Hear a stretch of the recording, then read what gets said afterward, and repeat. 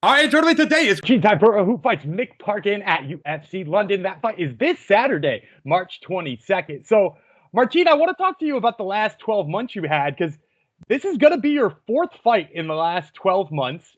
I know you turned 40 later this year. Are you ever going to slow down? Is this one of those things where you can just go better at later ages? Uh, I actually don't know. I didn't realize it was just 12 months separating these four fights, but it's I just take the opportunity in life. That's how it comes. They offer me a fight, so I fight. It was a crazy thing was about the last fight that I took it like in a 2 weeks notice. This one was I knew in advance, so it was less crazy. And so your three fights before that were all main events. You were training for 5 rounds. Was it part of why you could take that on short notice that it was only 3 rounds with Janata Denise? There was a couple of things. I was in training already, so it's not like I was resting or something. And other thing was, great event coming out of the Apex, being with the crowd and stuff like this. So, and pretty much I knew if I'm not accepting this, I will be waiting till March till this one. So there was a couple of things I it make me decide to take it.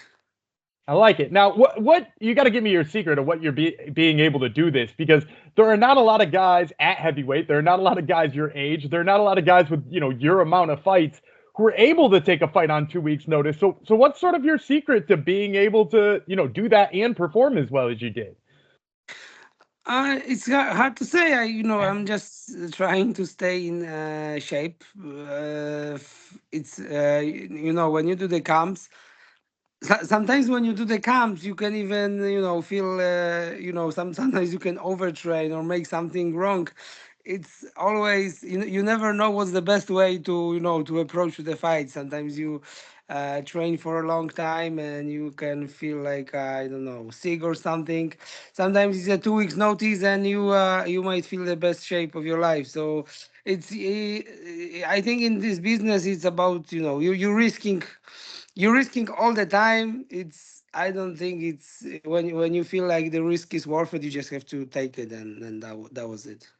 I love it. Now you mentioned getting out of the apex and getting a fight in front of a live crowd. So not only are you getting a live crowd this time, you're getting a live crowd in Europe, so closer to your camp, less flights, all that kind of stuff. Were you excited that they wanted to book you, overseas?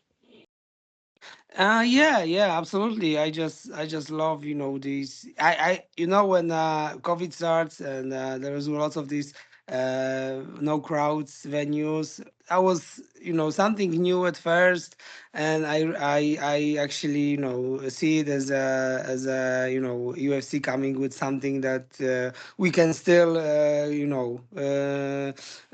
fight with no problem. But I've been in Apex couple of times lately, and anytime I have a chance to go to fight with the crowd, I feel excited right now. So everything like it's close to my home, and there are lots of my people, like my family and friends.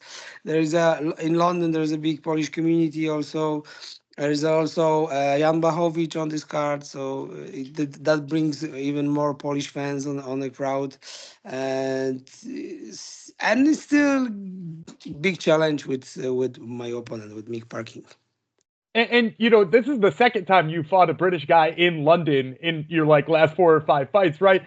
Did you feel the Polish love last time with Tom, or is this you're hoping for a little bit more of a Polish contingency this time? There been a lot of big UFC, I mean Polish based fans on the crowd then, but now I'm expecting even more because of Jan and us together fighting there. So yeah, it's the only thing. Yeah, it changes that I want to perform better than the last time. That's fair. That's fair. Now let's talk about, you mentioned a tough opponent here in Mick Parkin. It's kind of the second time in a row now that the UFC has matched you with like a less experienced up and comer, right? Janata Denise, guy who is kind of unproven. And you fought all the best. You mentioned we were just talking about Tom Aspinall and fighting the very top guys in the division. What do you make of, sort of getting back-to-back prospects to sort of turn away and keep out of the top 15? Uh, f- you, for me, it's like my thing is like whenever UFC offer me a fight, I just take it. And it's been my whole career that uh, whoever I was offered, I was taking the fights. I was always agree, and I'm sure UFC taking care of me too. And I had the opportunity to fight with the bigger names, with the higher ranking opponents. Sometimes I manage to, to win. Sometimes I lose, and you sometimes you give something, and sometimes you have to, be the one who is opportunity for somebody for upper comer, and this is it for me. I just feel it's my job, part of my job. Have to do it, and still Mick Parkin is undefeated, and you don't know where he's what he's capable of, and it's exciting fights. It's good that he got in rankings lately, and still great matchup for me. I love it. I see it as a challenge and ready for war. Well, and I want to talk about that matchup, but before I do, we've talked a lot about being active and sort of doing what the UFC wants you to do. In a perfect world, what would your 2025 look like? Would you want another 3 or 4 fights? Do you want to stay as busy as possible, or are you slowing down a little bit?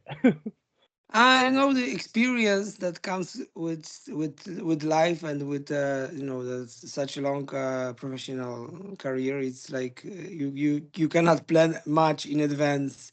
Usually, when you planning too much, it's never happen. And I like to be more spontaneous. Whatever comes, I will be happy to. And right now, I just have more approach that I want to focus on the fight, on and enjoy the process. Right now, what's coming. It's a big show. That's what I'm thinking about, because I had a time when I think so much ahead in my life, and never brings something good. So so now I'm thinking about Mick Parking. I like it. So let's talk about Mick Parkin. You mentioned he's dangerous and it's an exciting matchup for you. Tell me a little bit about how you feel you match up with him in terms of style. Um, let's say I feel like he's a good kickboxer, and he's a very good cardio. I think he might not show lots of wrestling and grappling skills, but he trains with very good guys, and I'm pretty sure he develops a lot. So I see his striking biggest weapon, but I think he's a complete fighter, and I see myself a complete fighter too. So we'll see we'll see how he's gonna play out. But I'm just focusing on build my skills in every aspect, whoever I'm fighting, and I feel like I should be able to stand with him with the striking, and also on the ground. So that's how I see it. Well, that leads me perfectly to my last question. I always like to end these things with a prediction. So tell me, how's this one go down come Saturday? Yeah, that's the other thing to play. Yeah, it's never reflect what I predict in the future in the future. But yeah, when I go to the fight, it's for me. It's like I like to finish the fights, and heavyweights are such a fights that usually it's better when they finish early. But I don't know. It's a tough challenge. I'm just hoping for win. All right. Well, you heard it here first, folks. This has been Marcin Tybura, who fights Mick Parkin at UFC London. Once again, that fight is this Saturday, March 22nd. Marcin, thank you so much for the time, man. I really appreciate it. Thank you. Have a good one.